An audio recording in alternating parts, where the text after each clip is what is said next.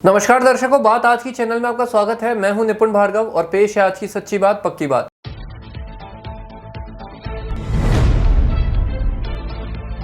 विधानसभा चुनाव को देखते हुए प्रशासन जुटा तैयारी में। प्रशिक्षण शिविर का हुआ आयोजन।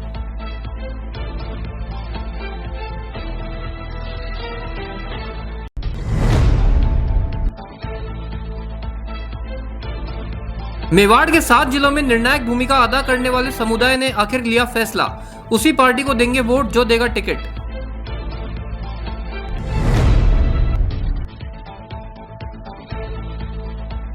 देर रात तक जलाए जाते रहे पूरे जिले में रावण। 1 फुट से लेकर 65 फुट तक के दशाननों का हुआ दहन।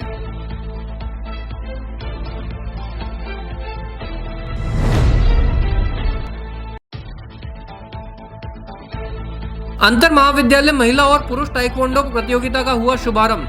दयानंद कॉलेज में हो रहा है आयोजन।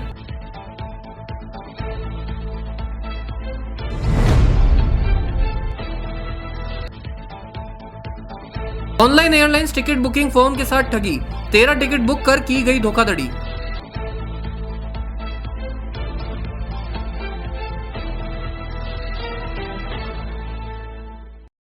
अजमेर शहर में प्लॉट, मकान, फ्लैट, दुकान आदि खरीदने, बेचने व किराए हेतु आज ही प्ले स्टोर से डाउनलोड करें Varsha real estate app. Varsha real estate, a unit of Varsha Group, lets you live better.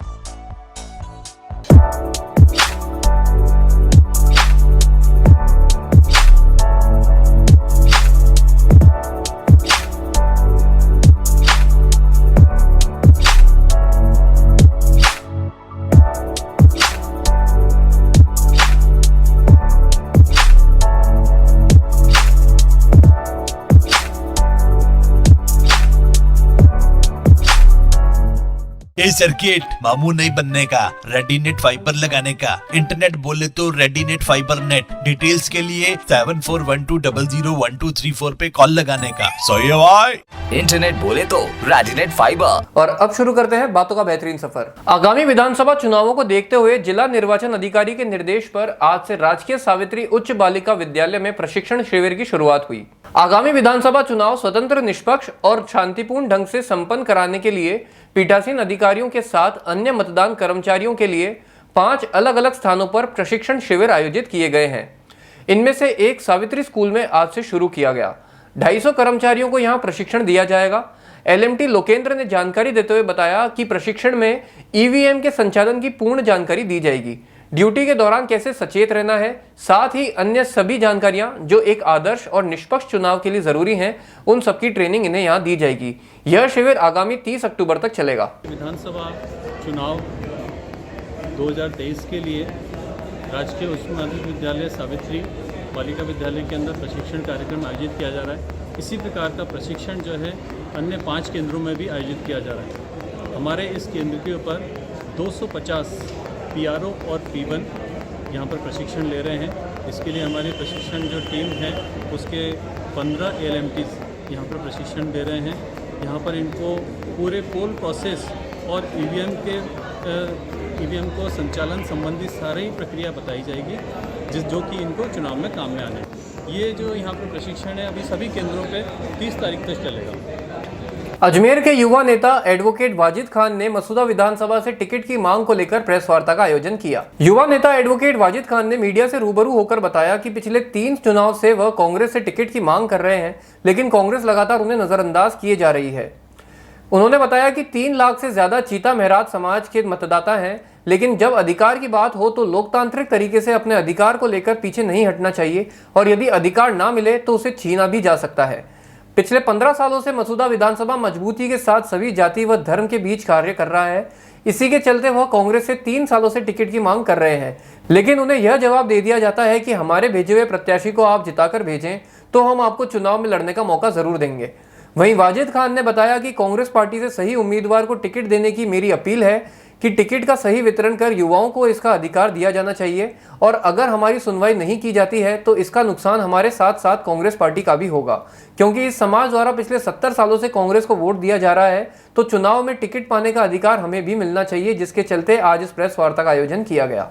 अध्यक्ष राजस्थान चीता मेरा काठात महासभा में कांग्रेस हाईकमान तथा हमारे मुख्यमंत्री अशोक जी गहलोत, पीसीसी के चीफ गोविंद सिंह डोटासरा साहब और सचिन पायलट साहब से यही निवेदन करता हूं कि हमारे चीता मेरा काठात जो 70 सालों से हमेशा कांग्रेस को वोट और सपोर्ट करती आ रही हैं, लेकिन ये कांग्रेस हमें अभी तक उचित प्रतिनिधित्व नहीं दिया है। हमारी कौम 4 जिलों में आबाद है और 7 विधानसभा क्षेत्रों में निवास करती हैं। तो मैं हाईकमान तथा कांग्रेस के आला लीडरों से ये कहना चाहता हूँ कि हमारी कौम के जो भी भाई हैं जो मैदान में हैं मसूदा से उनको टिकट दिया जाए, और मैं गारंटी दिलाता हूं कि अगर कांग्रेस पार्टी हमारे किसी कैंडिडेट को टिकट देती है तो हम उसको चुन के विधानसभा में भेजेंगे, ये हमारी गारंटी है। आप किसी को भी टिकट दे दो, हम उनके सपोर्ट में हैं और हम उनको विधानसभा चुनाव जीता। पहले तो मैं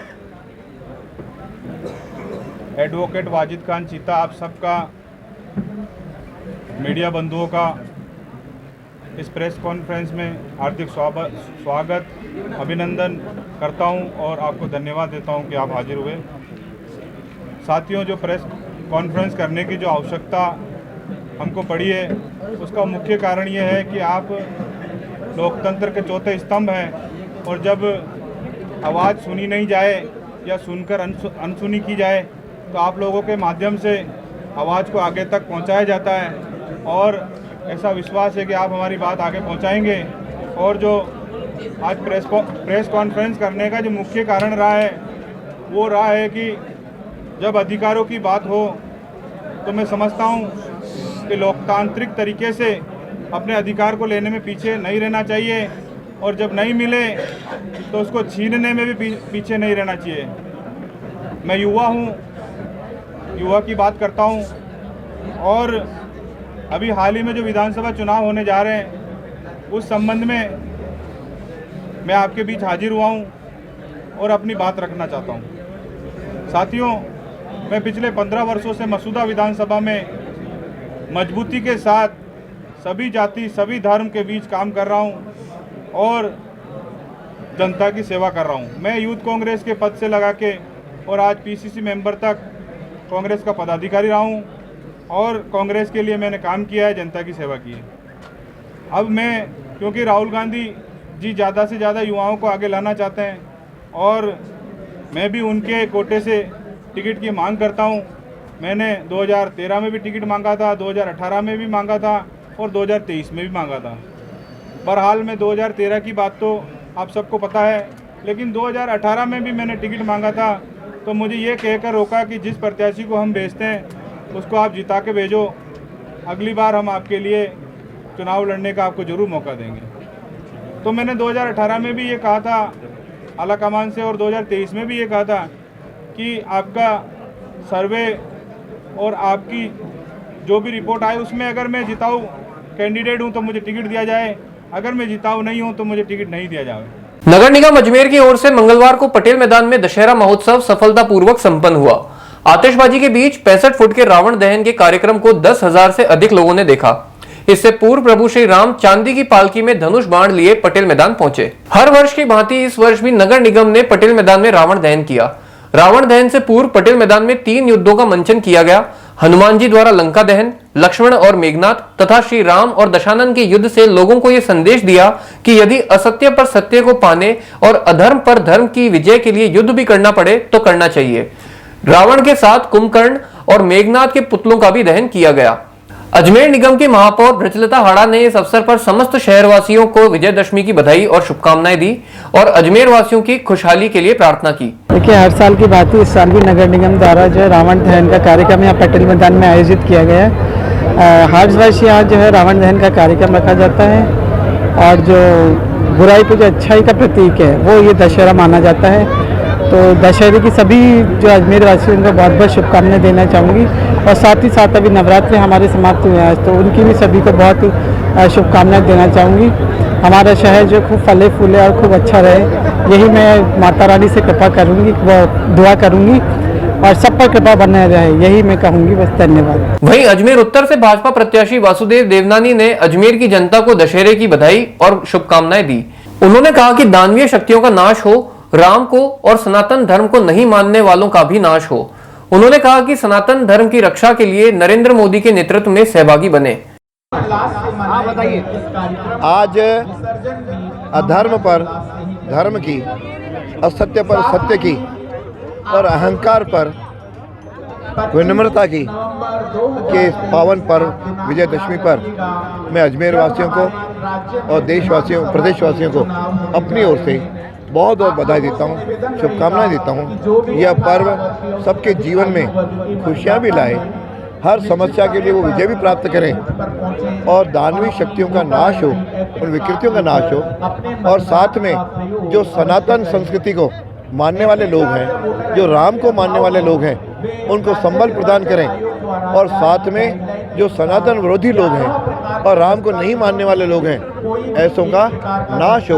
यह पर्व इस तरह का संदेश देता है। मैं सब अजमेर वासियों से कहूँगा कि इस प्रकार की संस्कृति आकर के मोदी जी के नेतृत्व में सनातन की संस्कृति की रक्षा के लिए सहभागी बने। हम सब राजस्थान में भी केंद्र की तरह सनातन संस्कृति वालों का विजय दिलाएं।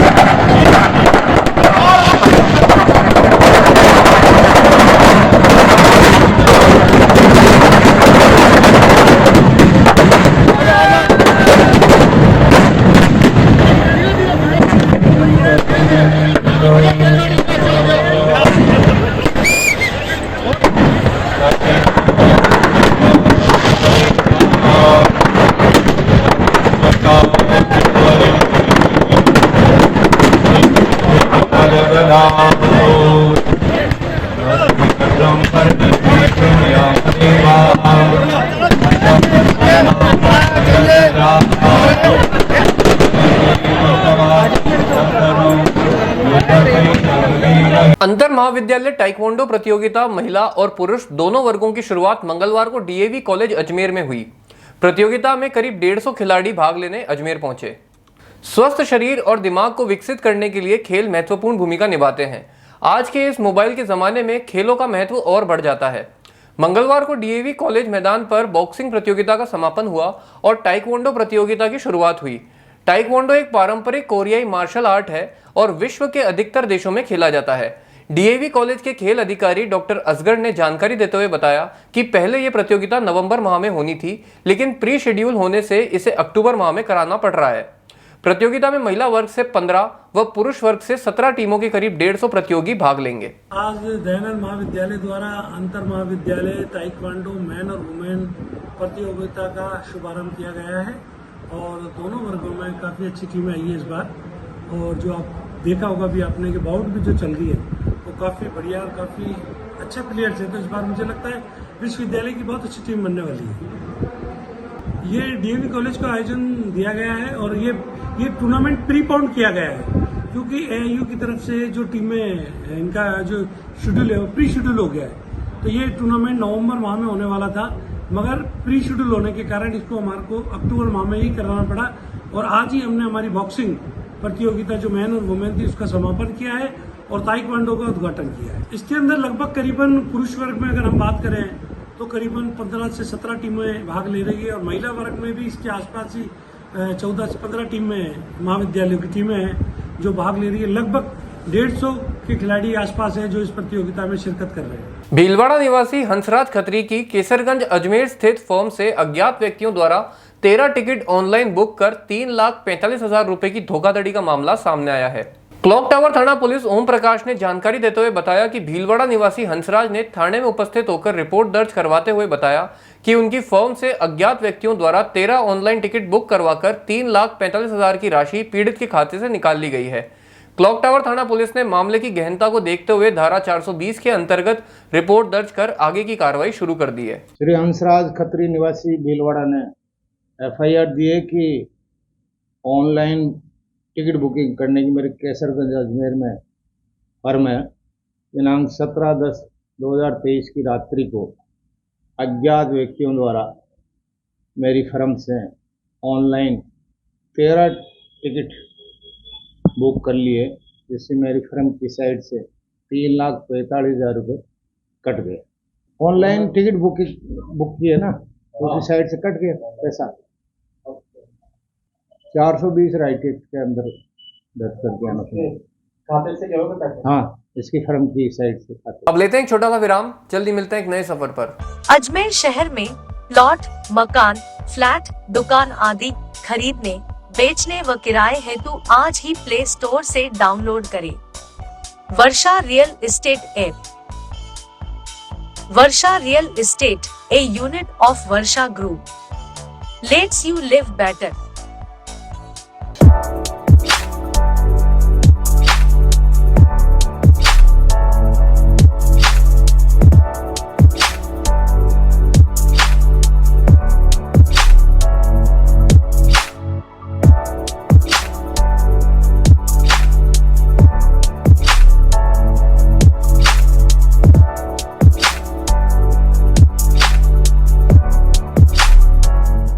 ये सर्किट मामू नहीं बनने का, रेडीनेट फाइबर लगाने का। इंटरनेट बोले तो रेडीनेट फाइबर नेट। डिटेल्स के लिए 7412001234 पे कॉल लगाने का। सही है भाई।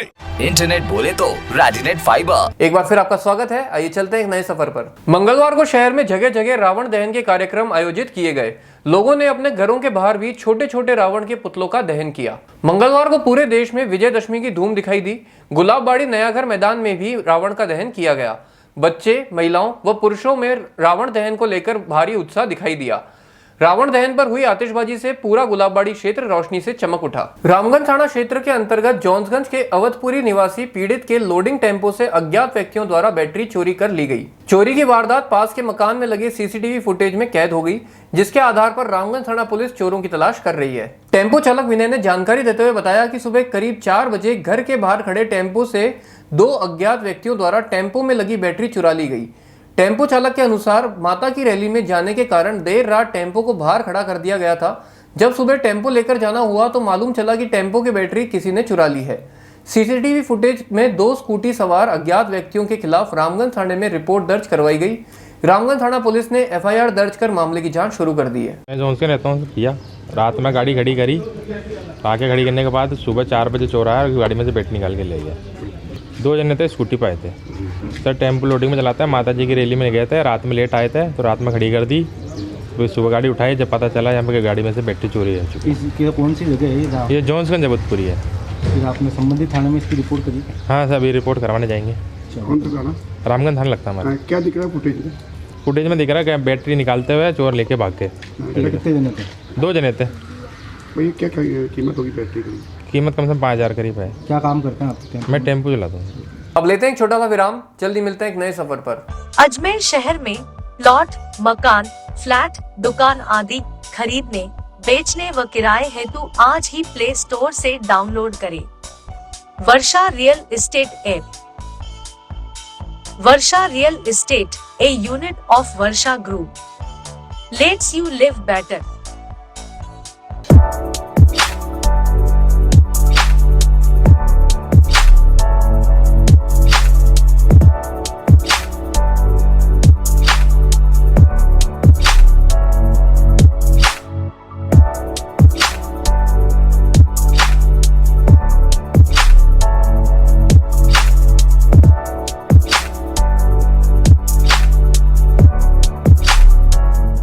ये सर्किट मामू नहीं बनने का, रेडीनेट फाइबर लगाने का। इंटरनेट बोले तो रेडीनेट फाइबर नेट। डिटेल्स के लिए 7412001234 पे कॉल लगाने का। सही है भाई।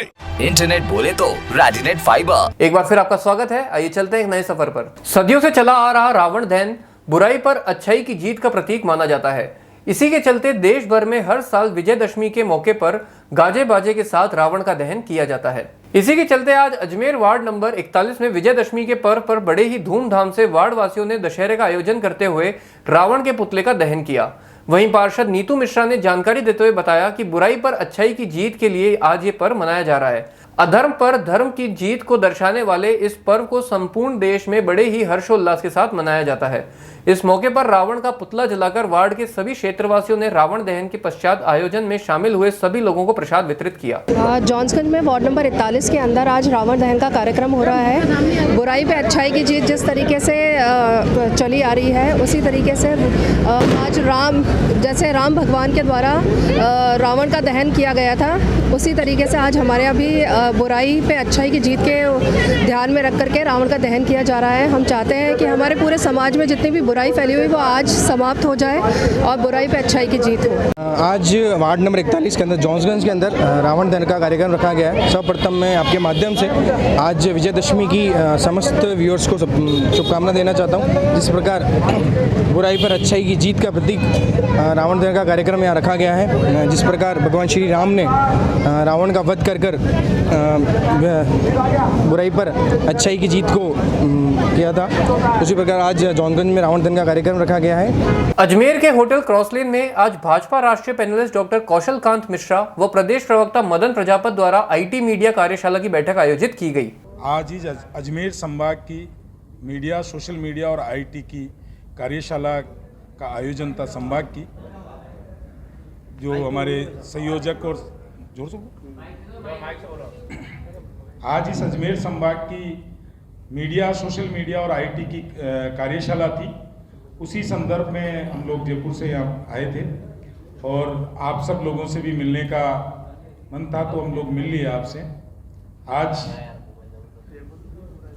राजस्थान के अंदर चुनाव है और 2018 के अंदर जब राजस्थान में चुनाव थे तो कांग्रेस का घोषणा पत्र था।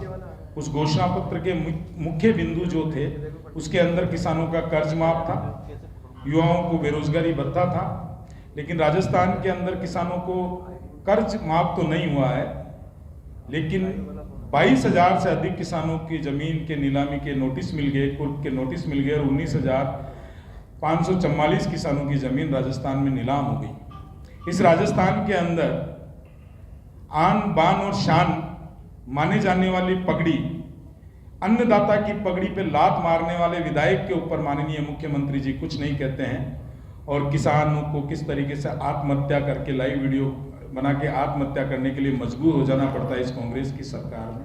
इस कांग्रेस की सरकार के अंदर किसान को उर्वरक नहीं मिलता। माननीय मुख्यमंत्री जी के भाई उर्वरक चोरी के अंदर नाम आता है।